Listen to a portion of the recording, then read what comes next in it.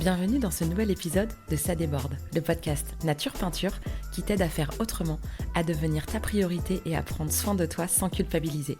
Je m'appelle Lucille, je suis psychopraticienne et ici je te parle de mon parcours, mes galères, mes réussites, mes coups de cœur, mes coups de gueule aussi et les clés qui m'ont aidé à avancer et que j'ai à cœur de partager avec toi. Pour que tu apprennes à mieux te connaître, à dépasser tes peurs et tes doutes, pour laisser enfin déborder pleinement qui tu es. Alors installe-toi confortablement et c'est parti. Bonne écoute! Hey coucou, je suis ravie de te retrouver pour ce nouvel épisode de podcast. Et cette semaine, j'ai envie de se parler de cette phrase que je dis souvent, tu n'es pas le chemin sur lequel tu marches. Alors cet épisode m'a été inspiré par une séance avec une de mes clientes et une discussion qu'on a eue autour de cette notion. Parce que c'est quelque chose autour duquel je tourne beaucoup, c'est quelque chose que je dis beaucoup et qui s'accompagne de deux autres phrases. En général, ce que je dis, c'est que tu es beaucoup plus que ton histoire, tu es beaucoup plus que tes comportements et tu n'es pas le chemin sur lequel tu marches. Alors, il y a différentes choses auxquelles je fais référence quand je parle, quand je dis ces trois phrases. Il y a déjà cette idée que oui, notre histoire a contribué à être qui on est aujourd'hui. Le fait qu'on ait le prisme de regard qu'on a sur la vie vient de l'histoire qui est la nôtre, de ce qu'on trimballe à l'origine, de ce qui s'est ajouté sur le chemin, des différentes expériences qu'on a pu vivre, de tout ce qu'on a pu traverser. Font qu'on a une vision du monde particulière qui est la nôtre et ça contribue à être qui on est aujourd'hui. Donc bien sûr que oui, notre histoire a influencé ce qu'on est devenu à l'instant T, puisque pour moi on change à chaque instant. Alors peut-être pas aussi radicalement à chaque instant, mais chaque jour qui passe on est différent du précédent. Parce qu'on a appris des nouvelles choses, parce qu'on a une nouvelle vision, parce qu'on a fait une nouvelle expérience, etc. Mais tout ça, ce n'est que le passé quelque part. Le futur, demain, n'est pas obligé de s'inscrire de la même manière que le passé s'est inscrit. Tu peux aussi voir les choses autrement, apprendre à voir les choses autrement pour justement te mettre à faire les choses différemment. Et quand on se met à faire les choses différemment, on obtient un résultat et donc une réalité différente. C'est Einstein qui dit que la définition de la folie, c'est de faire toujours la même chose en s'attendant à un résultat différent. Et donc, si on fait la même chose jour après jour, si on se comporte de la même manière jour après jour, dans des situations similaires, à une situation donnée, si on réagit toujours de la même manière, le résultat sera toujours le même. Donc, à un moment donné, si on est fatigué du résultat, l'idée, c'est de pouvoir changer notre façon de faire. Et c'est là où ça va être important de dissocier le chemin de nous-mêmes. Parce que parfois, on a l'impression qu'on est le chemin sur lequel on marche et que donc, c'est comme si on était fusionné avec le chemin et que finalement, on n'a pas le choix que d'être lié à ce chemin-là. En réalité, il y a des embranchements, il y a des choix qu'on peut faire et on est bien plus que son histoire, même si elle a une place immense, et on est également bien plus que ses comportements. Donc, la manière dont on se comporte, notre personnalité, telle qu'elle est visible à l'extérieur, la manière dont on agit, dont on réfléchit, dont on voit les choses, dont on se comporte, etc., ça c'est pareil, ce sont des choses qui sont modifiables. Mais bien souvent, on a l'impression, parce que c'est tellement présent, c'est tellement imbibé, on a toujours fait comme ça depuis tellement longtemps, qu'il y a un peu cette croyance, cette impression que ça fait partie intégrante de qui on est et qu'on ne peut pas le changer. Mais, je le redis, tu es plus que ton histoire, tu es plus que tes comportements et tu n'es pas le chemin sur lequel tu marches. Alors cette histoire de chemin, pour le coup, je la raccroche au chemin de vie en astrologie. Je sais qu'il y a aussi un chemin de vie, on parle aussi de chemin de vie en numérologie, mais pour le coup, je connais même carrément pas du tout cet outil qui, au demeurant, a l'air hyper intéressant. J'adore toujours les outils de développement personnel. Bref, donc le chemin de vie en astrologie, c'est ce que j'appelle le karma et le dharma. Globalement, le karma, c'est ce qui te retient, et le dharma, c'est ce qui t'appelle. Et le chemin de vie, en fait, c'est l'idée que Le karma, c'est un peu le point de départ, c'est un peu le package de base qu'on a sur le dos, le sac à dos rempli de mémoires, de souvenirs, parfois de transgénérationnels, de choses comme ça qu'on trimballe. Il y a aussi à l'intérieur de ce sac notre starter pack, un peu notre kit de survie où on a quelques outils pour démarrer et qui vont être dans un premier temps extrêmement bienvenus, c'est pas le problème. Mais à un moment donné, ces outils-là, qui étaient les seuls qu'on avait à un moment donné et qu'on a été bien avisé d'utiliser, ces outils-là vont devenir peut-être obsolètes, plus adaptés et en tout cas vont être devenus des outils parmi d'autres parce qu'au fur et à mesure de notre vie, on acquiert des nouvelles ressources. Et donc l'idée, c'est de pouvoir apprendre à ne plus subir un réflexe comme ça, d'un automatisme qu'on a depuis toujours et qu'on confond avec qui on est profondément. Donc, il y a une image, parce que je suis madame image et que je trouve que ça aide à mettre de la compréhension avec des choses concrètes et des choses imagées. Quand je parle du chemin de vie, quand je fais l'étude d'un thème astrologique, l'image que je donne, c'est l'image du français et de l'anglais. Prenons un français, pour quelqu'un qui est né en France, c'est comme si son karma, c'était le français. Donc en fait, une personne qui a un chemin de vie qui démarre avec le français va s'incarner dans le meilleur pays, la meilleure époque, la meilleure famille pour baigner dans le français et que ce soit même pas un sujet, c'est-à-dire qu'on va baigner dedans, qu'on le veuille ou non, et on va même pas s'en rendre compte. Le symbole du karma sur un thème, en fait c'est un espèce de... ça ressemble à un bocal à poisson. Ça fait comme un rond avec un petit rebord de chaque côté, on dirait le dessin enfantin d'un bocal à poisson. Et souvent je dis que c'est un peu ça, c'est un peu le bain, alors évidemment c'est pas de l'eau, mais c'est disons le bain vibratoire, le bain énergétique dans lequel on a baigné depuis toujours, d'une manière telle qu'en fait c'est là, c'est bien là, c'est archi là, c'est là à un tel point que la question ne se pose même pas. Donc, reprenons l'exemple de cette histoire de français. Quand on s'incarne en France, on parle français. C'est-à-dire que nos parents parlent français, le français est partout autour de nous, on est totalement imbibé, entouré de français et on se met naturellement à parler français sans avoir le moindre souvenir conscient d'avoir dû apprendre cette langue. Aucun d'entre nous ne se souvient d'avoir appris le français.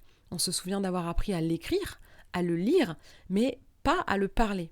Par contre, on se souvient bien d'avoir essayé d'apprendre l'anglais, l'espagnol, l'allemand, l'italien ou je ne sais pas quelle autre langue que tu as pu essayer d'apprendre, mais là on se souvient bien de ce que ça représentait d'apprendre une nouvelle langue. Et bien dans l'idée, dans cet exemple un peu de karma dharma, faudrait presque imaginer pour l'exemple que en étant en France et en parlant français, faudrait qu'on imagine presque qu'on n'a même pas conscience qu'il y a d'autres pays où on parle autrement. Genre, s'exprimer, c'est même pas un sujet. Et faut vraiment imaginer que dans notre réalité, quasiment, il n'existe pas d'autre manière de parler et donc en fait la question ne se pose même pas dans nos croyances, dans là où on en est. Et donc quand on a un karma français, eh bien en face, on a le dharma anglais. Donc le dharma, c'est une énergie qui est diamétralement opposée au karma sur la roue du zodiaque. C'est vraiment un diamètre qui passe par le centre du thème. Et donc, deux énergies qui se font face sont toujours littéralement opposées, géométriquement opposées et opposées aussi dans leur signification. On prend le vocabulaire d'une énergie, on met les mots inverses et on a le vocabulaire de l'énergie qui est en face. Donc c'est vraiment noir d'un côté, blanc de l'autre. C'est vraiment deux énergies qui s'opposent, je ne peux pas dire mieux.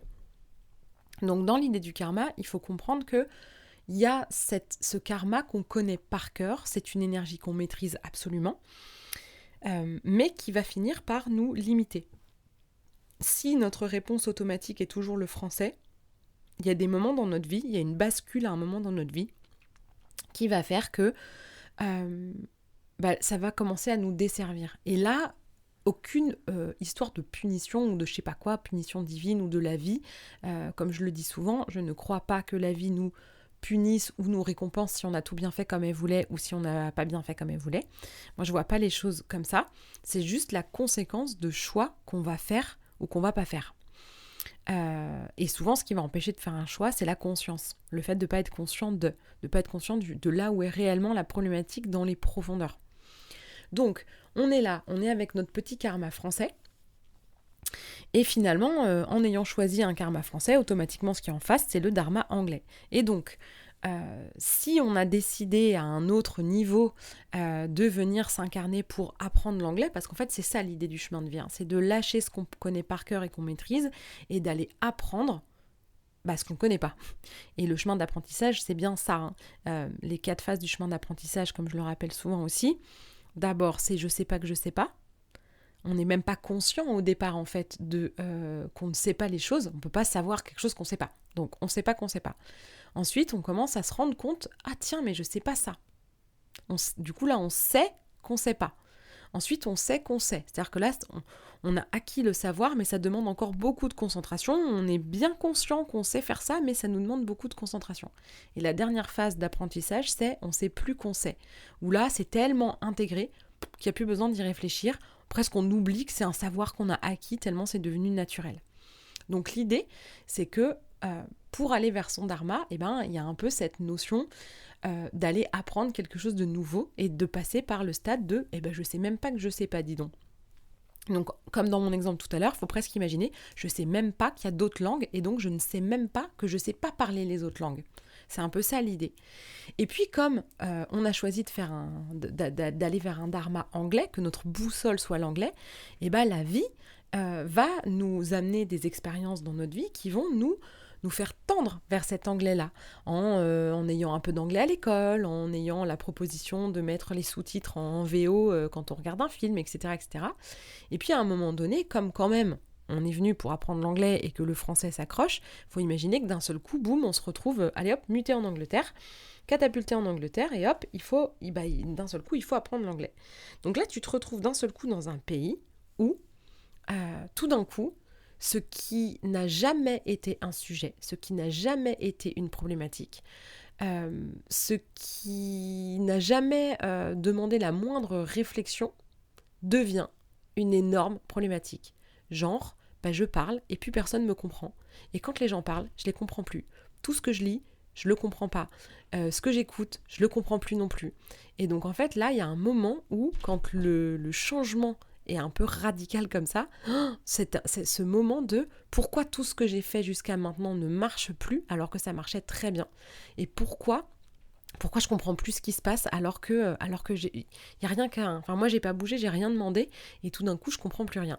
Et c'est un peu ça l'idée du chemin de vie, et cette grosse bascule là parfois elle se fait dans des moments de crise ou des choses comme ça qui viennent justement nous obliger à bouger le curseur vers là où à un certain niveau en fait on l'a quelque part choisi. Donc on se retrouve dans un pays anglo-saxon et là on comprend plus rien. Donc là, tout d'un coup, on se retrouve dans le « je sais que je sais pas ». C'est-à-dire que là, t'as bien conscience que tu ne sais pas parler l'anglais et que là, il y a quand même un problème. Donc là, il y a 2 types de réactions. Soit il y a la réaction écoute, moi, j'ai toujours parlé le français, je maîtrise le français, qu'est-ce que je vais me faire chier à aller apprendre une autre langue ? Après tout, ils ont qu'à parler français, eux tous, pourquoi ce serait à moi de faire l'effort ? Alors, tu peux raisonner comme ça, mais si tu penses que la clé de sortie ou l'axe d'amélioration se retrouve entre les mains ou dans les poches, comme j'aime bien dire, de quelqu'un d'autre, il va pas se passer grand-chose. Puis j'ai envie de te dire bonne chance. Parce que si tu penses que ta situation s'améliorera quand tous les Anglais auront fait l'effort de parler français quand même pour pouvoir parler avec toi, tu remets dans la poche des autres la clé d'une possible amélioration de ta vie. Parce que qu'est-ce qui va se passer si tu refuses d'apprendre l'anglais ? Ta vie va se dégrader. Et encore une fois, c'est pas une histoire de punition. Pas du tout. C'est absolument pas une punition. C'est juste que si tu ne parles pas anglais alors que tu vis dans un pays dont c'est la langue, ta vie petit à petit va se dégrader. Mécaniquement, j'ai envie de te dire machinalement, dans une pure loi de cause à effet. Parce qu'au début, ça va être rigolo de ne pas parler la même langue, comme quand tu vas en vacances et qu'il faut faire des gestes et des signes, etc. pour essayer de communiquer avec les autres, il y a quelque chose de rigolo. Mais quand c'est ton quotidien, si vraiment tu veux pas faire l'effort de parler et que tu progresses pas, il y a un moment donné où tes interactions sociales vont quand même être très limitées, vont s'appauvrir, ça va arrêter de t'amuser, tu vas te sentir très seul, très isolé. Si tu dois chercher un travail, ce sera sûrement des boulots peut-être pas très stimulants, pas forcément très riches, et même pour un travail basique quel qu'il soit, potentiellement tu vas même pas comprendre ce qu'on attend de toi. Et donc d'aller d'échec en échec, d'avoir l'impression de régresser, de plus réussir à faire des choses toutes simples juste parce qu'en fait tu ne comprends pas ce qu'on attend de toi. Et donc finalement, si tu n'as plus de stimulation au boulot, ni de stimulation sociale, tu vas commencer à vraiment pas être très bien. Que si tu dois te divertir, la télé, la radio, les journaux, les livres, il n'y a plus rien qui t'est accessible. Alors il va te rester la musique, ou même si les paroles tu comprends pas, il y a quelque chose qui peut divertir et faire du bien, mais il va plus rester que ça en fait.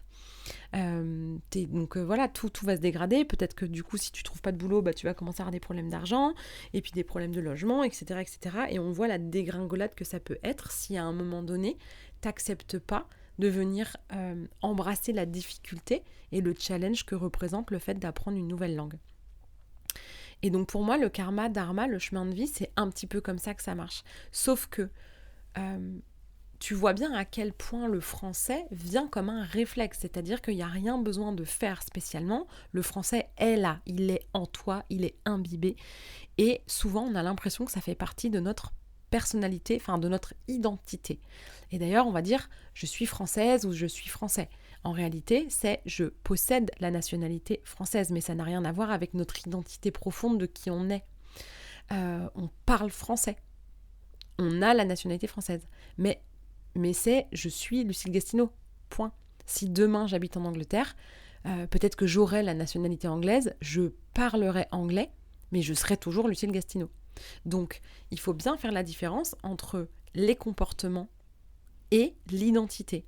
Et même si c'est un trait de comportement réflexe qui est extrêmement présent, imbibé, automatique, vraiment comme un réflexe, ça reste juste, avec entre guillemets, mais juste un comportement, et un comportement, ça se modifie.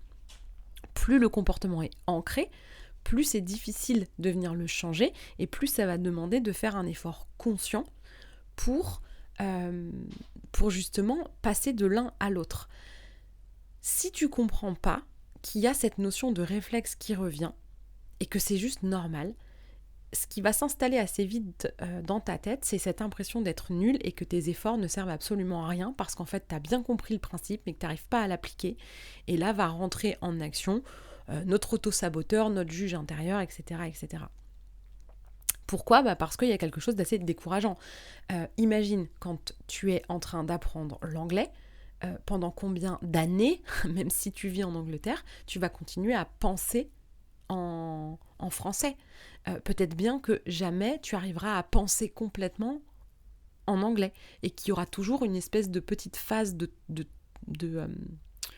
traduction pour passer de l'un à l'autre, même si j'imagine qu'avec le temps c'est de plus en plus fluide et que la réflexion se fait de plus en plus vite. Malgré tout, la langue maternelle, je parle pour les personnes qui n'ont été élevées que dans une langue, pas pour les personnes bilingues qui ont été élevées avec deux langues, encore que j'écoutais un podcast tout à l'heure d'une jeune femme qui est née, alors je sais plus si elle est née en France ou en Irlande, mais en tout cas elle a les deux langues, puisque sa mère est irlandaise et que son père est français, et que donc elle a été élevée, donc elle est absolument bilingue et elle parle absolument couramment et sans accent, et l'un et l'autre. Donc en français, t'imaginerais pas, j'écoutais son podcast, t'imagines pas qu'elle parle une autre langue, et tout d'un coup elle se met à parler anglais, et là tu te dis c'est pas possible, elle parle pas un broc de français quoi.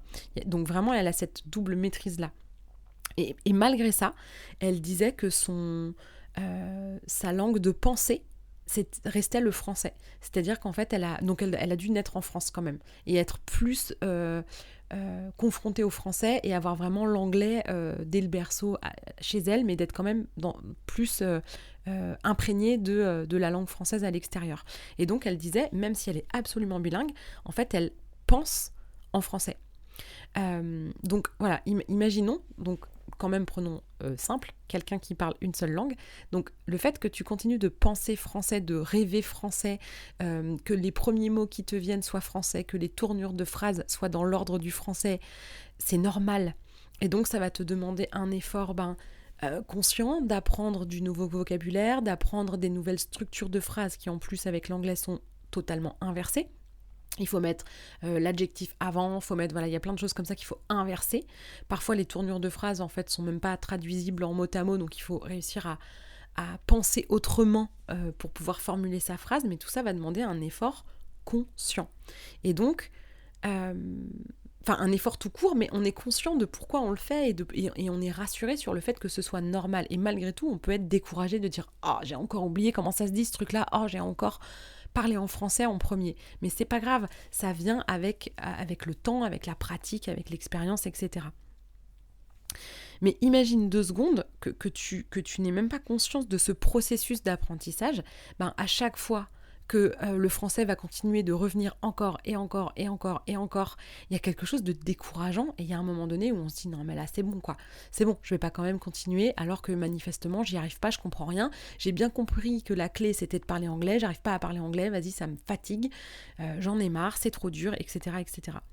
Donc déjà quand c'est conscient c'est pas facile, mais alors si c'est pas conscient, c'est juste, c'est de la torture. Vraiment, là, il y a de quoi s'auto-saboter derrière et tirer des conclusions qui seraient totalement injustes sur là où on en est et la perception qu'on a de nous-mêmes.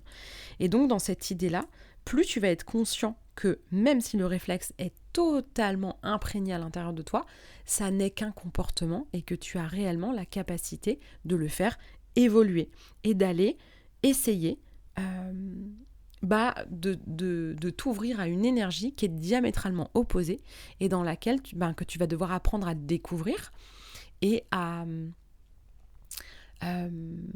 explorer, à expérimenter pour te rendre compte que à un moment donné, si tu es en Angleterre et que tu te lances et que tu te mets à baragouiner quelques mots, à apprendre vraiment des mots basiques au début, tu vas voir que déjà petit à petit tes journées vont changer, puis tu vas être fier de toi. Puis quand tu auras réussi à, je sais pas moi, commander un café dans un bar, demander où sont les toilettes et demander combien tu dois pour partir, tu seras super content. Et je t'assure que dans un contexte de vie comme ça qui évolue, tu auras plus de bénéfices à parler un anglais même pourri, même extrêmement approximatif, même avec un accent terrible. Tu auras plus de bénéfices que si tu parles un français académique impeccable. Parce que c'est pas ce que la vie te demande. C'est plus que la vie te demande. Et même si tu maîtrises, tu maîtrises ça, c'est bon. Genre, next sujet. Après, ça veut pas dire qu'il faut diaboliser trop son karma, même si quand on regarde un thème, le karma est quand même un ensemble de comportements qui nous font souffrir. Faut imaginer presque qu'en fait on souffre de parler français dans un pays anglo-saxon depuis des années et que vraiment on a l'impression que le français ne fait que nous plomber. Mais quand on a grandi en France, dans une famille française, à l'école française, etc., c'était plutôt une bonne idée de parler français. Donc il ne faut jamais oublier que le karma, c'est un ensemble de comportements réflexes qui avait pour but de nous protéger, qui nous a permis de nous adapter au milieu dans lequel on a grandi. Mais parce qu'on n'a pas le choix, parce que quand on est enfant, on subit, on n'a pas le choix, on est dépendant en fait du milieu dans lequel on est, et donc on s'adapte. Mais quand on arrive à l'âge adulte, on a la possibilité de faire autrement, on a la possibilité de s'ouvrir à autre chose, de remettre en question des choix, des valeurs, des loyautés, plein de choses qui vont faire qu'on va pouvoir choisir d'aller évoluer. Et pour moi, il y a une immense clé de sortie dans l'énergie de notre dharma à chacun. Pour moi, le dharma, c'est vraiment comme une boussole, comme pas la boussole en elle-même, mais le nord de la boussole. C'est vraiment la direction à suivre pour que quand tu suis le nord d'une boussole, tu te perds pas. Voilà, tu suis toujours le nord, tu vas pas tourner en rond, tu vas pas te perdre dans la forêt, c'est que même si t'es perdu, tu prends une boussole, tu mets le nord et tu vas tout droit, tu suis toujours le nord, il y a bien un moment où tu vas tomber sur une route, une habitation, quelqu'un, quelque chose. Et si t'as pas la boussole, tu peux possiblement tourner en rond et être vraiment, vraiment perdu. C'est un peu pareil. Le dharma, il va pas te sortir de toutes les galères, mais si tu te dis, vas-y, je suis mon dharma, et que tu avances vers ton dharma, tu vas pas te perdre en chemin. Et dans les deux sens du terme, c'est-à-dire que tu vas pas te paumer, mais tu vas pas te perdre toi, en fait, c'est surtout ça. Tu vas pas te perdre toi sur le chemin, tu vas pas t'oublier toi sur le chemin. Parce que ça va te connecter à quelque chose que ton âme, à un certain niveau, a eu envie de venir expérimenter et qui va vraiment te faire vibrer, t'ouvrir des grandes opportunités. Vraiment, c'est comme s'il y avait un nouveau monde derrière ce nord-là. Mais pour ça, il faut avoir la conscience de devoir lâcher son karma. Et plus on va avoir conscience des enjeux du point de départ et du cap à suivre, moins on va se perdre, moins on va se faire avoir par nos propres mécanismes de protection, plus on va savoir lire entre nos propres lignes, plus on va pouvoir déjouer, entre guillemets, les mécanismes de notre inconscient qui à la base veut juste nous protéger, mais qui à force de pouvoir nous protéger vient nous limiter, vient nous saboter, vient nous diminuer, et ça devient extrêmement souffrant. Donc ça reste pas facile. Je dis pas que la vie est un long fleuve tranquille à partir du moment où on a compris son karma et son dharma et qu'il n'y aura plus jamais de fausse route.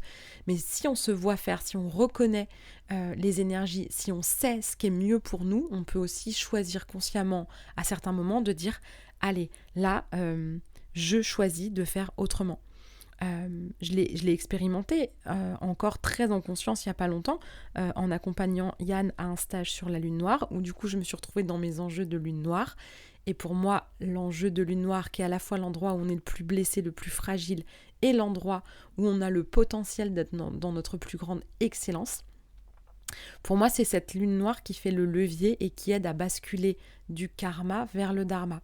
En gros, si notre lune noire, on la joue côté blessure, faille, et tout ce côté souffrant, on va venir renforcer le karma qui vient lui aussi mettre de la souffrance et de la limitation, etc. Alors que si on arrive à aller être dans la foi de l'excellence qui se cache derrière cette grande faille, mais qu'on pourra découvrir qu'en ayant sauté dans le vide, alors ça va nous ouvrir la voie de notre dharma. Et là, comme j'ai la conscience de ces trois enjeux-là, on va dire, même si le chemin de vie, en vrai, c'est un axe, c'est un enjeu, mais il y a quand même l'enjeu du karma, l'enjeu du dharma, et celui de la lune noire. Et en fait, comme je connais bien les trois à force, je me suis vue tomber dans le vide de ma blessure et être en terreur. Du coup, me réfugier comme un petit chaton apeuré dans mes réflexes de karma, de la bonne élève qui veut donner la bonne réponse. C'est un exemple parmi d'autres, hein. Mais ça a pris cette forme-là ce jour-là, où j'ai pris beaucoup de notes pour me rassurer parce que j'avais peur d'être trop dans le vide dans ce que j'allais avoir à faire à la fin du stage. J'ai pris beaucoup de notes pour essayer de connaître au maximum les personnes qui étaient présentes au stage, pour pouvoir faire des liens entre leurs thèmes que j'avais sous les yeux, mais c'est des gens que je connais pas en fait, que je découvre au stage, donc j'avais cette impression que j'aurais rien à leur apporter parce que j'allais pas avoir la bonne réponse, pas suffisamment de matière, que j'aurais pas suffisamment travaillé, et là tout mon karma de bonne élève s'est activé et je me suis vue faire. Et dans un premier temps, j'ai choisi d'être indulgente avec moi et juste de me rendre compte à quel point j'avais peur. Parce que pour en être revenue aussi loin dans des vieux réflexes de bonne élève qui bachotent en gros, je me suis dit waouh, j'ai vraiment très peur là. Et donc j'ai été indulgente. Et puis le soir, quand je suis allée me coucher, il était déjà tard, j'étais fatiguée, c'était déjà le 2e jour de stage, j'avais beaucoup travaillé, voilà, j'étais fatiguée. Je me suis vue prendre mes feuilles et j'étais prête à les bachoter pour le coup, à réviser, à essayer d'apprendre par cœur pratiquement quel était le chemin de vie de chacun, comment s'étaient passés les différents ateliers pour chacun, ce qu'ils avaient pu dire, parce que j'avais tout noté. Hein. Et là, je me suis dit, là, je peux pas faire ça. Là, je vois que le réflexe de mon karma, parce que j'ai l'impression d'être dans le vide de ma blessure, parce que je me sens dans le vide de ma blessure, je m'accroche à mon karma comme une bouée, là, comme une désespérée. Et en fait, le switch, c'est que je me suis dit, ok, j'ai peur, j'aurai encore peur demain, mais je vais avoir confiance, je vais avoir foi dans le fait que ce comportement-là, aujourd'hui, me dessert infiniment, et que si j'accepte de poser ça et d'être dans la spontanéité, l'instant, enfin d'être vraiment dans l'instant présent et d'accepter ce qui vient et d'être plus dans quelque chose de l'instant, sans avoir tout préparé, qui est en fait du coup mon dharma, mais qui tu vois bien est l'inverse de ce que j'ai toujours connu. Et je me suis dit, je vais avoir foi dans le fait que là où je me crois vide dans ma blessure, en fait, je suis remplie, même si je le sens pas, qu'en fait, je ne suis pas dans le vide et que je peux sauter dans ce vide-là avec la foi que ce qui doit être dit aux personnes sera dit et ça me viendra par un autre biais que les petites notes que j'ai grattées comme un rat de bibliothèque. Et je l'ai fait. Et j'en étais malade quelque part. J'étais en transe et je me suis vraiment challengée de ouf. Et si j'avais pas eu la conscience de tout ça, ça aurait été difficile pour moi de le faire. Parce que déjà, ça a été difficile de le faire. Et donc, à l'issue de ça, j'ai réussi, j'ai fait en fait ce que Yann attendait de moi en fait dans cet exercice-là, en étant totalement dans le vide et en fait pas dans le vide du tout parce que je suis remplie des connaissances astrologiques que j'ai, que je suis en train de déployer ici, de mon expérience d'accompagnement thérapeutique où finalement quand vous arrivez en séance pour la première fois, je ne vous connais pas, ça m'empêche pas en fait d'être capable de tirer des ficelles et d'avoir des choses à vous dire qui dès la première séance vont déjà être pertinentes, même si ça résout pas tout, mais il y a plein de choses comme ça qui sont déjà là en réalité. C'est presque comme si j'avais besoin de savoir lesquelles il allait falloir que je mobilise et j'ai fait confiance au fait que là où je me croyais vide, c'était pas vide et que je saurais et que voilà, j'étais dans la foi absolue que je trouverais en fait les mots justes au moment voulu. Et du coup, c'est ce qui s'est passé. Est-ce que ça s'est passé parce que j'y croyais à fond ? J'en sais rien. En tout cas, ça s'est passé et il y a eu quelque chose de l'ordre de la grâce un peu de l'instant parce que je me suis fait confiance, parce que je me suis laissée porter et que finalement, j'étais totalement tournée vers la personne qui était en face de moi. Plutôt que d'être tournée vers mes névroses et mes peurs et mon vide, j'étais entièrement tournée vers l'autre. Et j'étais tellement dans l'écoute de l'autre et dans peut-être aussi une connexion d'ordre peut-être plus énergétique, plus invisible, qu'en fait les choses, c'est sorti tout seul les choses que j'avais besoin de dire ou qui avaient besoin d'être dites. Et il y a eu quelque chose il y a eu comme un couronnement. Souvent la lune noire, comme je dis, elle effondre ou elle couronne. Et là j'ai senti un peu ce couronnement. J'ai vu l'émotion chez les gens, j'ai vu la justesse de ce qui pouvait être échangé dans ce moment-là. Et parfois pas avec des mots, mais juste avec la manière de se regarder. Et du coup, comme j'avais mis de la conscience là-dessus, ça m'a nourri profondément. Et peut-être que la fois d'après, j'aurais moins peur. Et donc c'est un peu tout ça, l'idée de... la première fois que tu vas prendre la parole en anglais, tu vas être terrorisé, tu vas avoir peur de ne pas trouver tes mots. Puis finalement, tu vas peut-être cafouiller un peu au début. Puis finalement, les mots vont venir mieux que tu aurais imaginé, ou tu vas trouver d'autres manières de communiquer que les mots, et il y a quelque chose d'un peu magique qui va se passer à l'intérieur de toi, où tu vas ouvrir un espace un peu où tu auras plus confiance en toi, où tu auras osé te lancer, et où finalement tu auras toujours gagné plus de choses que si tu t'étais recroquevillé en n'osant pas aller vers quelque chose que tu maîtrises pas. Donc voilà cette idée un peu de chemin de vie, de karma, de dharma, et avec cette idée de ne pas oublier que tu n'es pas le chemin sur lequel tu marches et que tu peux te décoller, tu vois, du chemin sur lequel tu as toujours marché pour en choisir un autre. Parce que qui tu es n'a rien à voir avec le chemin sur lequel tu marches. Et tu peux bien avancer sur le chemin, tu peux bien avoir une histoire quelle qu'elle soit, tu peux bien avoir des comportements si ancrés soient-ils. Tu n'es pas tout ça. Tu es bien plus que tout ça. Et tu peux t'affranchir de toutes ces choses-là. Mais pour moi, pour s'affranchir de tout ça, il faut y mettre de la conscience. Voilà, j'espère que tu y vois plus clair dans cette idée de cheminer vers toi-même et de pouvoir choisir comment tu vas faire demain. Si tu as des questions, n'hésite pas à me contacter sur Instagram l'oreille et la plume. Je te remercie comme toujours de ta fidélité et de ton écoute. J'espère que cet épisode t'a plu et je te dis à la semaine prochaine. Si cet épisode t'a plu, tu peux laisser un commentaire, noter avec tout plein d'étoiles ou encore t'abonner pour ne pas rater les prochains. Tu peux aussi partager cet épisode pour que d'autres personnes osent laisser déborder qui elles sont vraiment. Et si tu veux en savoir plus sur ma manière de travailler, mes outils et les accompagnements que je propose, rendez-vous sur ma page Instagram l'oreille et la plume ou sur mon site internet. Merci beaucoup de ton écoute et de ton soutien. Passe une belle journée ou une belle soirée et on se retrouve bientôt.